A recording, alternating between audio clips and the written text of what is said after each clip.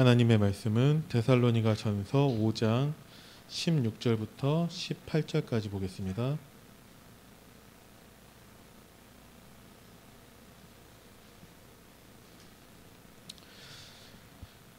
신약성경 333페이지에 있습니다.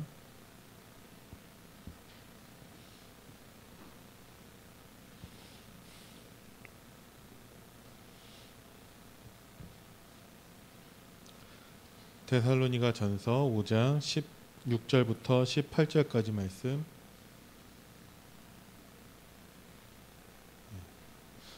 우리 천천히 합독하겠습니다. 항상 기뻐하라, 쉬지 말고 기도하라, 범사에 감사하라. 이것이 그리스도 예수 안에서 너희를 향하신 하나님의 뜻이니라. 아멘.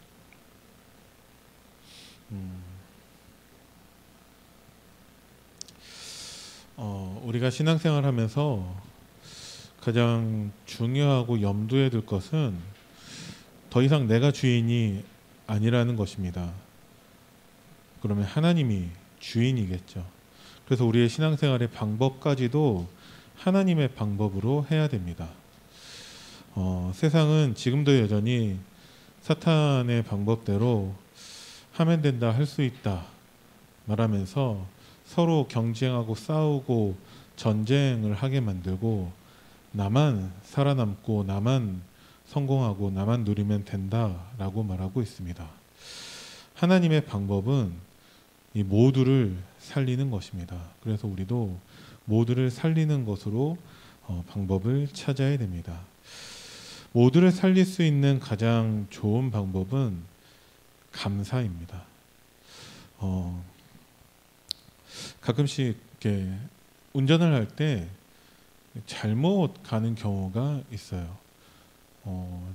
내비게이션을 틀어놨는데도 잘못 가는 경우가 있습니다.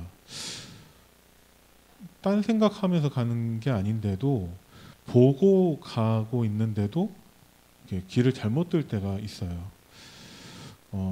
그만큼 어쩌면 제가 그 센스가 떨어진다라는 얘기도 그런 말도 되겠지만 만약에 길을 잘못 들었었을 때 저도 사람이다 보니까 잠깐 짜증나고 잠깐 화가 날 수도 있지만 그냥 그렇게 생각을 합니다.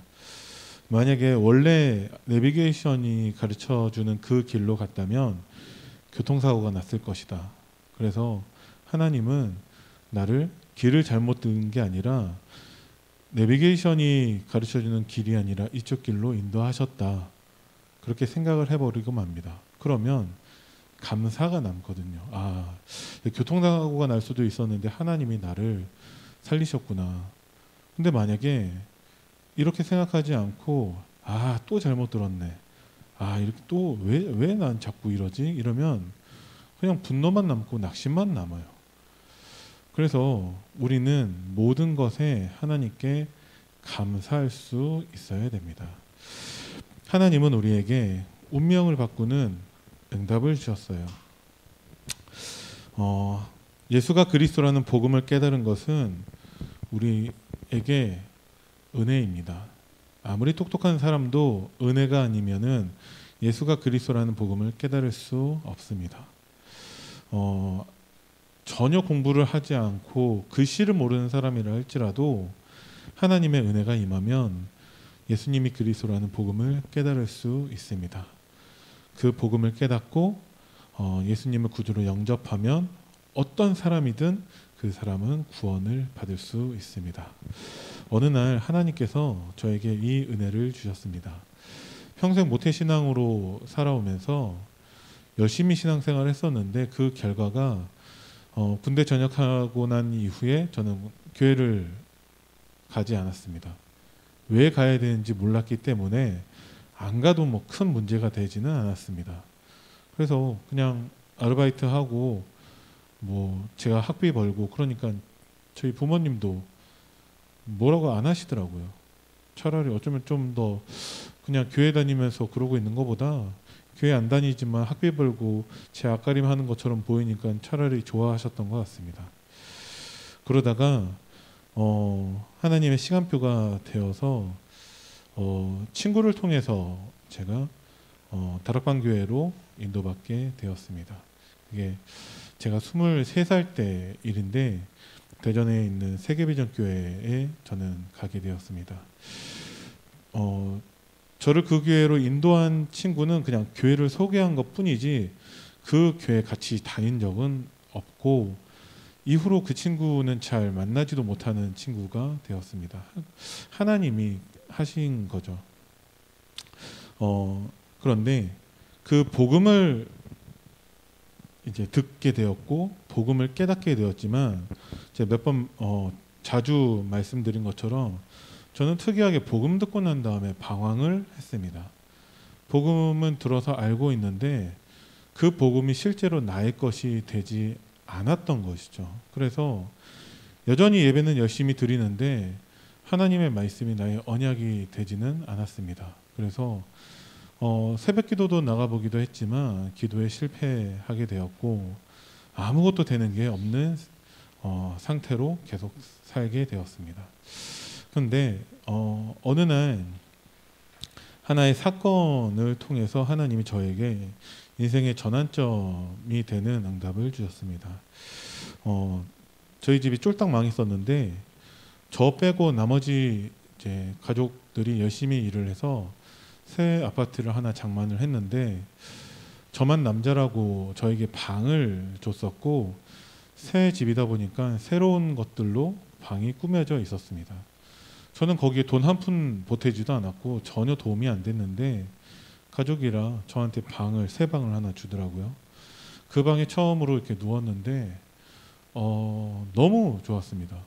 어렸을 때부터 가난했기 때문에 새로운 나의 것을 가져본 적이 없었던 저에게 새로운 방은 너무 행복했고 너무 좋았습니다. 굳이 하나님이 있어야 되나? 하나님 없어도 될 정도로 저는 그 집이 되게 마음에 들었고 굉장히 행복하더라고요.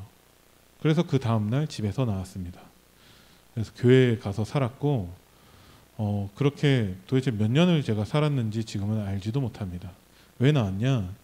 그래도 복음을 조금 들었다라는 것 때문에 내가 그런 것들 때문에 행복할 사람은 아니다라는 것을 하나님이 알게 하셨습니다. 그래서 집을 나오려고 했었던 건 아니고 교회에 있으면 한 번이라도 더 예배드리고 한 번이라도 더 말씀 듣겠지 하는 막연한 생각으로 교회에 있었는데 그냥 그렇게 살게 되었습니다.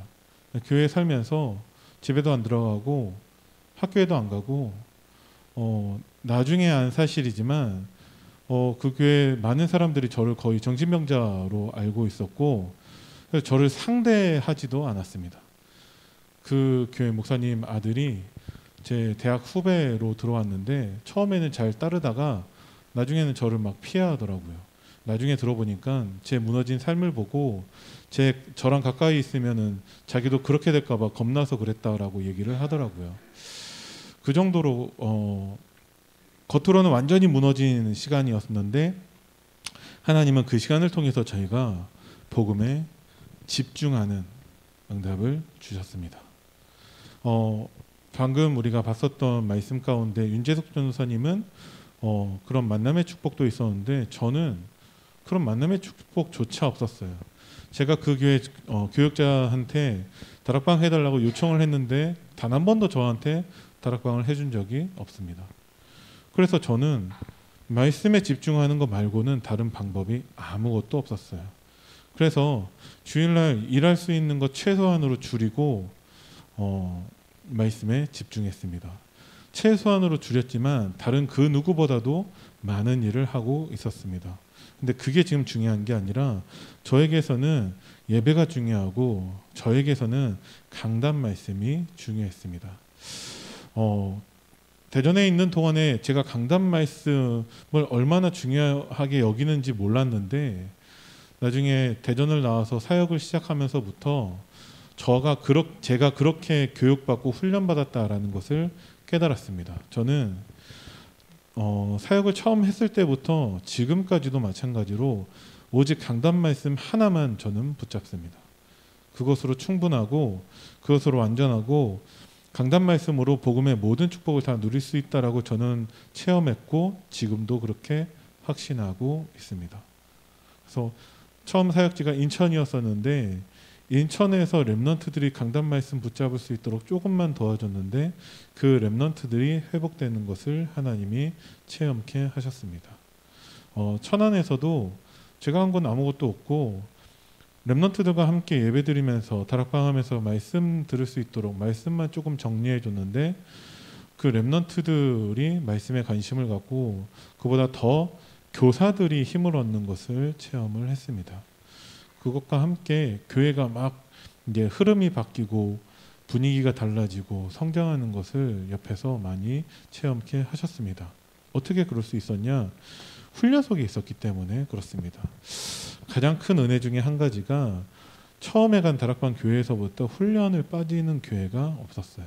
어떤 훈련이든 다 갈 수 있었고 심지어 저는 돈이 없어도 등록하지 않아도 WRC에 가서 같이 훈련받고 말씀 듣고 또 했습니다. 어떤 때에는 겨우 제가 등록을 했지만 저처럼 돈 없어서 못 가는 렘넌트를 데리고 가서 같이 자고 같이 먹고 하면서 같이 훈련을 받기도 했습니다. 왜 그렇게 했냐? 저는 그거밖에 본 게 없어요. 처음부터 무조건 훈련은 갔어야 됐었고 말씀 아니면 어떤 것도 안 된다라는 것을 배웠습니다. 그래서 대전에 처음 다락방 교회 가고 난 다음에 2주 만에 저는 세계대학 수련회를 갔었고 그 다음에 어쩔 수 없이 못 가는 것 빼고는 자격이 안 돼서 못 가는 것 빼고는 거의 모든 훈련을 다 따라 붙었습니다. 그러면서 하나님이 저에게 복음을 깨닫게 하시더라고요. 그리고 중요한 것은 현장입니다. 제가 그렇게 현장에 있는 사람은 아닌데 방황하면서 할 게 없으니까 그냥 현장에 갔습니다. 제가 그때 돈을 버는 것도 아니었기 때문에 차비, 버스비 없어가지고 교회에서 3시간 걸어서 3시간쯤 되는 대학에 3시간 전부터 걸어가서 거기서 다락방 하나 하고 다시 3시간 걸어와서 교회에 온 적도 있습니다. 현장에 갔어요. 그러한 만남이 지금까지도 지속되고 있습니다. 가서 뭐라고 얘기했는지 기억나는 것은 하나도 없어요. 그런데 그 현장에서 만난 렘넌트들이 지금까지도 신앙생활 잘하고 있는 것 보면서 하나님이 하셨다라는 결론만 내렸습니다. 우리가 뭔가 훌륭해야 되는 것은 아니고 우리가 무엇인가 열심히 해야 되는 것은 아닙니다. 우리는 하나님께서 운명을 바꾸는 응답으로 우리를 인도하고 계시는데 거기에 조금만 방향을 맞추면 됩니다. 오늘 강단 말씀에서도 우리가 복음과 전도와 선교에 방향을 맞춰야 한다고 지금 이제 우리의 모든 기도 제목을 다 바꾸자고 말씀을 하셨습니다. 조금만 우리가 기도 제목만 바꿔도 하나님이 우리에게 운명을 바꾸는 응답으로 역사하실 줄을 믿습니다. 우리가 성경을 통해서 배운 많은 렘넌트들의 모습도 운명을 바꾸는 기도 속에서 운명을 바꾸는 언약을 붙잡았을 뿐인데 나머지는 하나님이 인도하셨습니다. 요셉은 어머니가 돌아가신 후에 누구보다도 언약 붙잡고 기도했습니다. 그런 요셉이 어떻게 인도받았는지는 여러분들이 잘 알고 계십니다. 모세는 80년 동안 방황했었는데 호렙산에서 하나님의 언약 붙잡고 기도가 회복되니까 출애굽의 지도자가 되었습니다. 사무엘과 다윗은 어렸을 때부터 하나님의 언약을 붙잡았는데 언약궤 옆에 있으면서 목동으로 있을 때 하나님의 언약을 붙잡았습니다. 우리가 언약을 붙잡으면 하나님이 우리에게 미래를 보여주십니다. 히브리서 11장 1절 말씀에 믿음은 바라는 것들의 실상이라고 말씀하고 계시고 보이지 않는 것의 증거라고 말씀하고 계십니다. 반드시 우리가 붙잡은 언약은 우리에게 실상이 되어지고 반드시 증거가 됩니다. 근데 문제는 무엇이냐? 우리가 언약을 붙잡지 않는 것이죠. 우리가 기도하지 않는 것입니다. 우리가 여기에 관심이 없는 거예요. 하나님은 우리의 운명을 바꾸셨습니다. 그래서 우리가 모든 것을 바꾸기를 원하고 계세요. 이제 하나님의 언약을 붙잡으면 됩니다. 우리가 조금만 기도하면 하나님이 반드시 응답하실 것입니다. 오늘 강단 말씀 1대지에서 성취의 시작이라고 말씀하셨어요. 세계가 복음화되어지는 그 응답의 시작은 아나니아라고 하는 복음 가진 사람이 받은 미션입니다.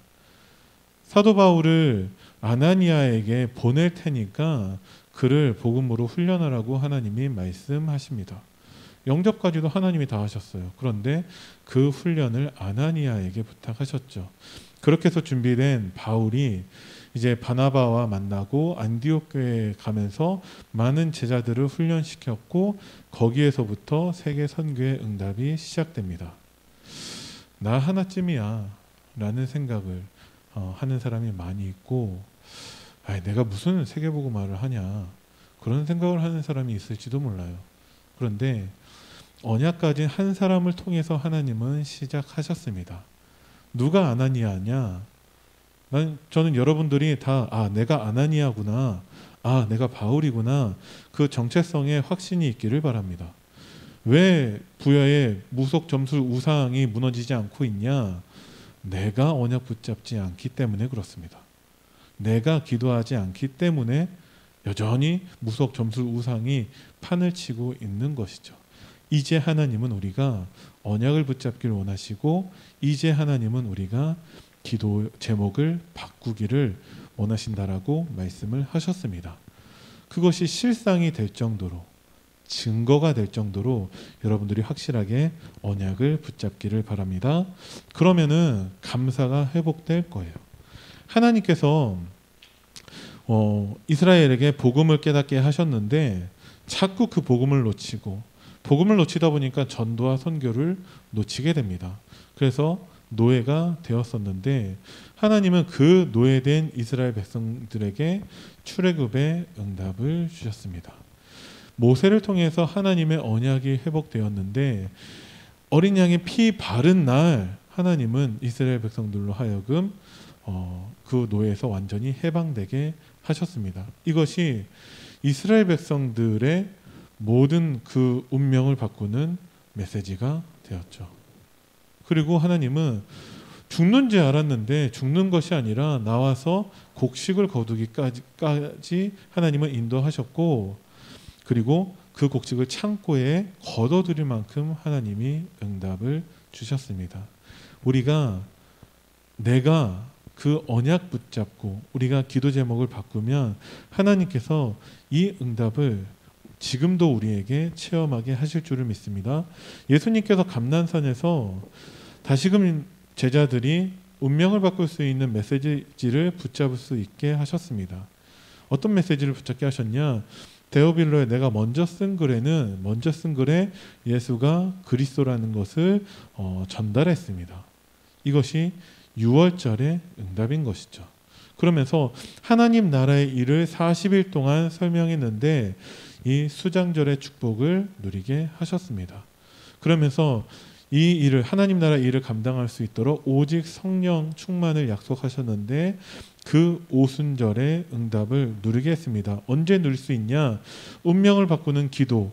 정말 여자들과 예수의 어머니 마리아와 예수의 아우들과 더불어 모든 제자들이 함께 모여 오로지 기도할 때에 복음과 전도와 선교의 방향을 맞추고 오직 기도할 때 하나님이 오순절 날의 시간표가 오도록 하나님이 역사하셨습니다. 그래서 우리는 지금도 운명을 바꾸는 말씀 붙잡고 운명을 바꾸는 기도 속으로 들어가야 됩니다. 그러면 운명을 바꾸는 역사가 나타나는데 사도행전 2장에 베드로가 설교가 달라집니다. 이제까지는 예수님 부인하고 도망친 베드로였는데 이제 예수가 그리스도라는 복음을 선포합니다. 그리고 그 베드로가 사도행전 3장에서 안진뱅이를 만나서 아무도 고치지 못하는 것을 예수 그리스도의 이름의 권세로 그것을 낫게 합니다. 그리고 법정에서 베드로는 그리스도의 이름으로 증거를 합니다. 그것만 말하지 말라고 하는데 우리가 하나님 앞에서 너희 말을 듣는 것이 옳은지 생각해 보라 하면서 우리는 보고 들은 바를 말하지 않을 수 없다는 믿음의 고백을 합니다. 하나님께서 이 응답을 우리에게 주셨어요. 여러분들이 받은 복을 세워보시고 지난 과거를 한번 돌이켜보시기 바랍니다. 누구든지 간에 하나님께서 주신 그 응답이 있는데 나의 운명을 바꾸는 언약을 주셨죠. 그것이 생각나지 않는다면 여러분들이 오늘 강단 말씀을 통해서 나의 운명을 바꾸는 언약을 붙잡으시기 바랍니다. 그리고 우리의 기도 제목을 바꾸면 하나님께서 나를 통해, 우리 교회를 통해 세계 선교의 그 응답을 누리게 하실 줄을 믿습니다. 이 언약을 가장 확실하게 붙잡은 사람이 바울입니다. 아까도 말씀드렸지만 이방인들과 임금들과 그 전 세계 복음화 하기 위한 하나님이 택한 그릇으로 바울을 세우셨습니다. 마찬가지로 하나님이 우리 교회를 하나님이 세계 복음화의 택한 그릇으로 부르신 줄 믿으시기 바랍니다. 그리고 나서 그 바울이 데살로니가 교회에 편지를 보내는데 데살로니가 교회의 특징은 가장 핍박을 많이 받은 교회입니다. 그래서 그 교회는 믿음의 역사와 사랑의 수고와 소망의 인내, 원색적인 복음의 역사가 나타나는 교회입니다. 우리 교회에 하나님이 이 응답을 주실 줄을 믿습니다. 이 응답의 시작이 나의 언약과 나의 기도에서부터 시작된다는 것을 여러분들이 믿으시기 바랍니다. 그래서 말로만 한 것이 아니라 능력과 성령과 큰 확신으로 하나님의 복음을 선포했습니다. 그래서 모든 믿는 자에게 본이 되는 교회의 응답을 주셨습니다. 하나님이 나 한 사람의 언약과 기도를 통해서 이 응답을 시작하실 줄을 믿습니다. 그 교회 바울이 말한 세 가지가 항상 기뻐하라, 쉬지 말고 기도하라, 범사에 감사하라는 것입니다. 항상 기뻐할 수밖에 없게끔 하나님이 모든 문제마다 답을 찾게 하신다라는 것입니다. 우리가 쉬지 말고 기도할 수밖에 없게끔 하나님이 우리의 운명을 바꾸는 언약 속에서 운명을 바꾸는 기도의 응답을 누리게 하실 것입니다. 그리고 범사에 모든 일에 그 기도와 연결해서 모든 일에 감사를 회복하게 하실 것입니다. 우리가 자꾸 문제 편에 서 있으면 안 돼요. 하나님의 편에 서 있으라고 하나님은 말씀하고 계십니다. 우리가 문제 아닌 것들 붙잡고 있지 말고 복음으로 나를 살리고 은혜 받을 수 있고 힘을 얻을 수 있는 그 편에 여러분들 서시기 바랍니다. 자꾸 사탄이 문제 아닌 것들, 중요하지 않은 것들에 자꾸 우리가 매여 있게 만들거든요. 조금만 시간이 지나면 우리가 뭐가 복음이고 뭐가 문제인지 알 수 있습니다. 그런데 매 순간마다 하나님은 우리가 복음을 누리기를 원하고 계시죠. 그래서 쉬지 말고 기도하고 모든 일에 감사할 수밖에 없게끔 하나님이 우리에게 응답하신다라는 것입니다. 그래서 우리는 무조건 감사를 회복해야 됩니다. 구원받았기 때문에, 복음을 깨달았기 때문에 그것만으로 우리는 영원히 우리 삶 속에서 이 감사를 회복해야 되는 것을 여러분들이 믿으시기 바랍니다. 나의 인생 운명을 바꾸는 언약을 붙잡는 길로 오늘 강단 말씀에서는 하나님께 질문하라고 말씀을 하셨어요. 하나님의 절대 계획이 무엇인지 찾으라고 말씀을 하셨습니다. 우리에게 그 응답이 필요합니다. 오늘 주신 말씀, 오늘 들은 것으로 만족하지 마시고 날마다 들으시고 녹취가 나오면 녹취도 읽어보시면서 하나님 이 말씀 나에게 왜 주셨습니까? 여러분들이 질문해 보시기 바랍니다. 문제가 있을 때마다 어떤 만남과 사건과 일마다 여러분들이 하나님께 질문해 보시기 바랍니다. 그러면 하나님이 나에게 말씀으로 무엇을 적용해야 되고 내가 무엇을 순종하고 무엇을 실천해야 되는지 하나님이 찾게 하십니다. 이것을 위해서 하나님이 우리에게 9가지 세팅을 주셨습니다. 하나님의 형상대로 우리를 창조하셔서 하나님의 생기, 하나님의 성령을 우리에게 불어넣어 주셔서 말씀으로 우리에게 이 축복을 회복하게 하셨습니다. 그런 우리가 기도할 때 보좌의 축복과 시공간을 초월하는 능력과 237의 빛을 밝히는 응답을 누릴 수 있습니다. 그때 우리에게 나타나는 것이 3가지 전무후무한 응답으로 나, 교회, 내 업을 통해서 세계 선교의 응답을 누리게 하십니다. 암만 이렇게 목사님이 떠들어봤자, 우리가 말씀을 들어봤자 내가 하나님께 집중하는 그 시간을 갖지 않으면 이 말씀이 나의 것이 되어지지가 않아요. 어떤 사람들은 말씀을 받자마자 그렇게 언약 붙잡는 사람이 있는지는 모르겠습니다. 저는 잘 안 되더라고요. 그래서 오늘도 마찬가지로 점심 간단하게 먹고 중직자 대학원 시작하기 전까지 하나님 주신 강단 말씀 가지고 집중하는 시간을 가졌습니다. 그때 하나님 떠오르는 생각이 나 하나쯤이야 라는 생각을 버려야겠다. 내가 무슨 세계복음화를 하냐. 이 생각 버려야겠다는 것을 하나님이 붙잡게 하시더라고요. 내가 붙잡은 언약, 내가 기도 제목을 바꾸면 하나님이 우리에게 반드시 세계 선교의 응답을 주실 줄을 믿습니다. 그 안에서 사업이, 학업이, 그 안에서 우리의 미래가 나와야 되고 그때 하나님은 말씀을 발견하게 하십니다. 하나님의 주시는 운명을 바꾸는 언약을 붙잡게 하시는 것이죠.